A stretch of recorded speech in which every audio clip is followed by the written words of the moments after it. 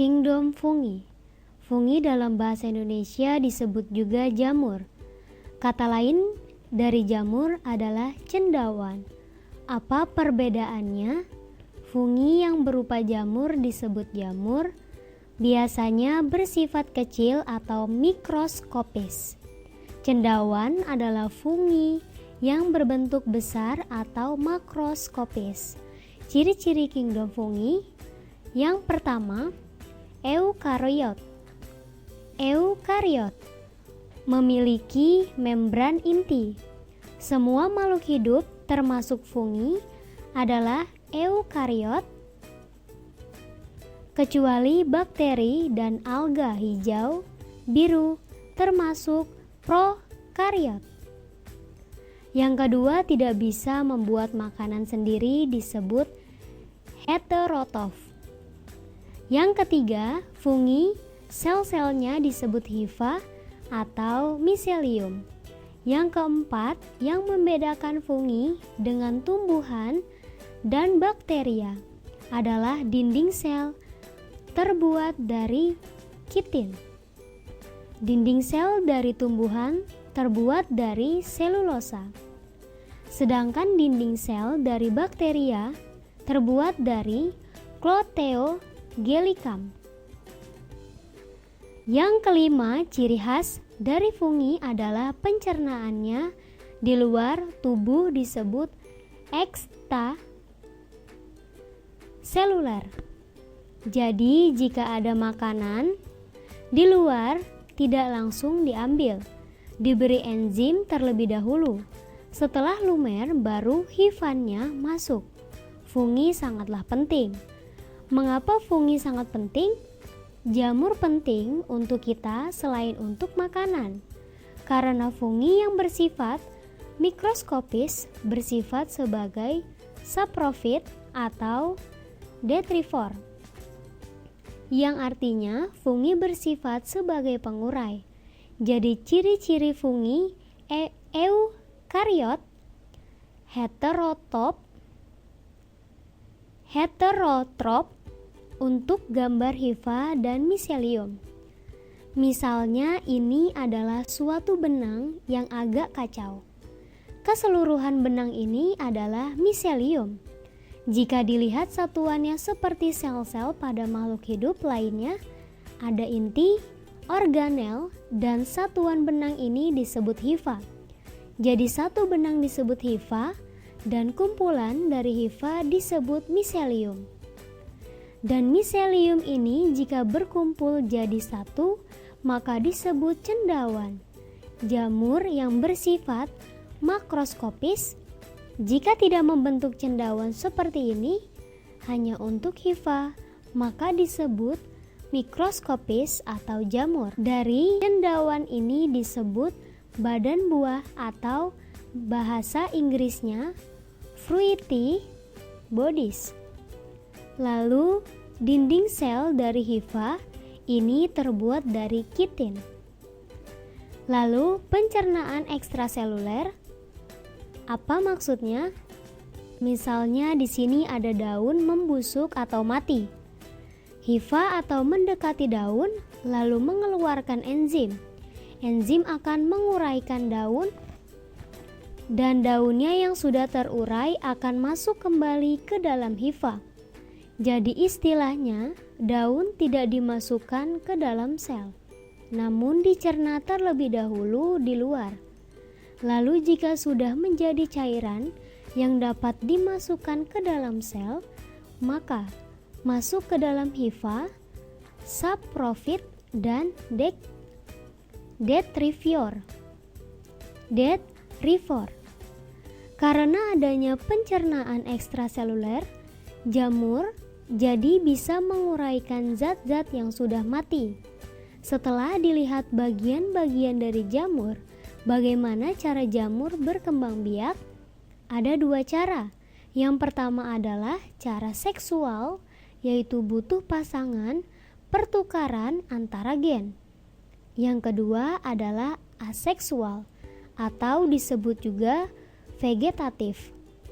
Di bagian bawah jamur sering keluar bintik dan Bintik ini ketika tumbuh di tempat yang baru, maka akan menjadi jamur yang baru. Bintik ini disebut spora. Semakin banyak bintik, maka akan semakin banyak juga jamur yang akan tumbuh. Bagaimana jika jamur akan berkembang biak secara seksual atau generatif? Ada satu hifa, lalu bertemu dengan hifa lainnya. Hifa yang satu akan memberikan materi genetiknya. Yang memberi disebut positif, dan hifa yang menerima disebut negatif. Maka prosesnya disebut konjugasi. Jadi sudah jelas bahwa fungi adalah suatu kingdom yang eukariot, heterotrof, tidak bisa membuat makanan sendiri karena jamur hanya bisa menguraikan benda mati yang lain untuk makanannya. Memiliki sel yang disebut hifa dari benang-benangnya.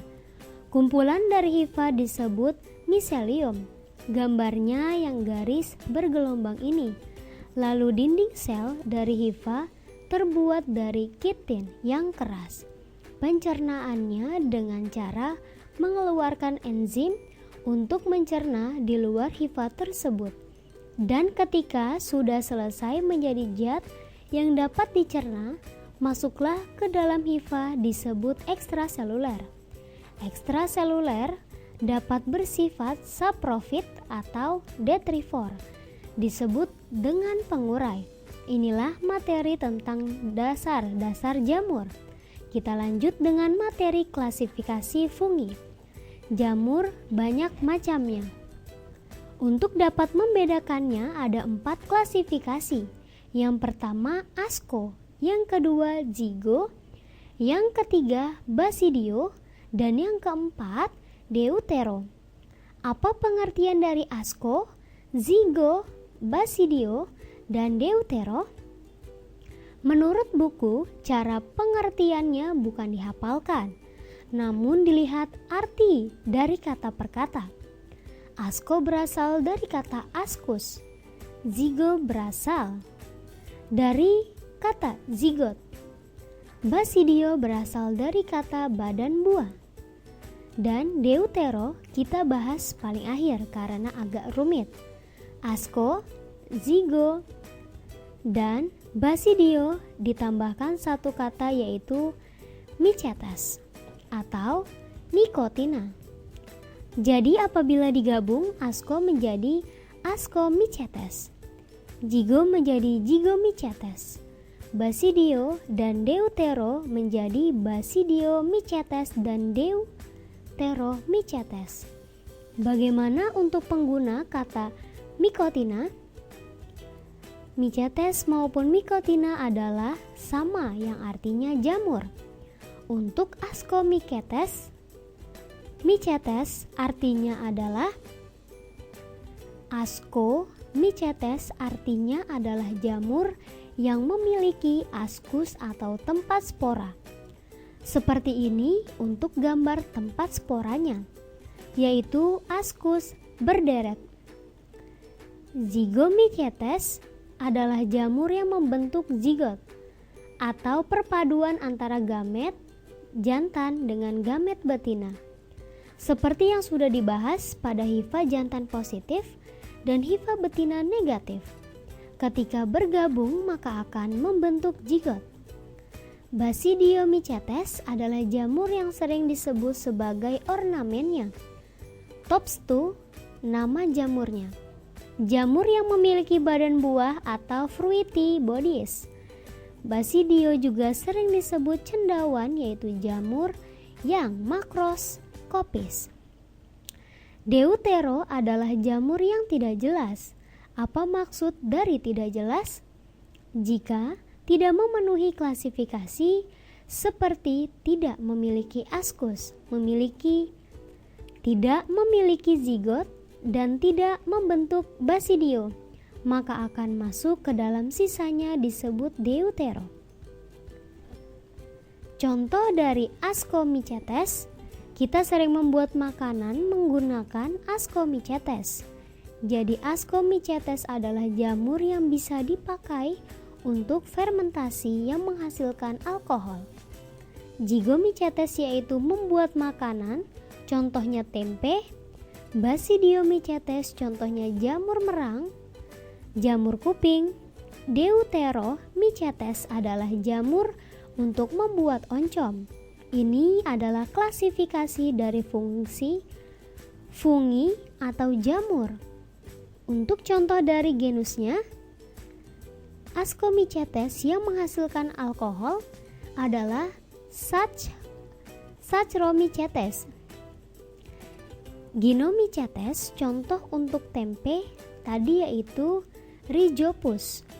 Perlu diingat untuk nama latinnya SP yang digaris bawahi. Dan untuk huruf awalnya menggunakan huruf besar. Untuk Basidiomycetes contohnya kita skip dulu. Deuteromycetes untuk oncom contohnya Neurospora. Untuk nama jamurnya, nama latin ada garis, SP dan huruf besar. Dan untuk Basidio contoh dari jamur kuping tadi namanya Auricularia. Auricularia memiliki arti seperti kuping. Jadi klasifikasi fungi dibagi menjadi 4. Ascomycetes yang memiliki ascus sporanya termasuk di dalam ascus sebuah deretan. Zygomycetes jamur yang membentuk zigot, contohnya jamur tempe yaitu Rhizopus. Kalau asco biasanya untuk membuat tempe. Tape, jamur yang membentuk badan buah disebut Basidiomycetes. Yang terakhir, semua jamur yang tidak masuk klasifikasi Ascomycetes, Zygomycetes, dan Basidiomycetes, maka termasuk Deuteromycetes. Contohnya Neurospora yaitu jamur untuk membuat oncom. Jadi klasifikasi fungi itu ada 4.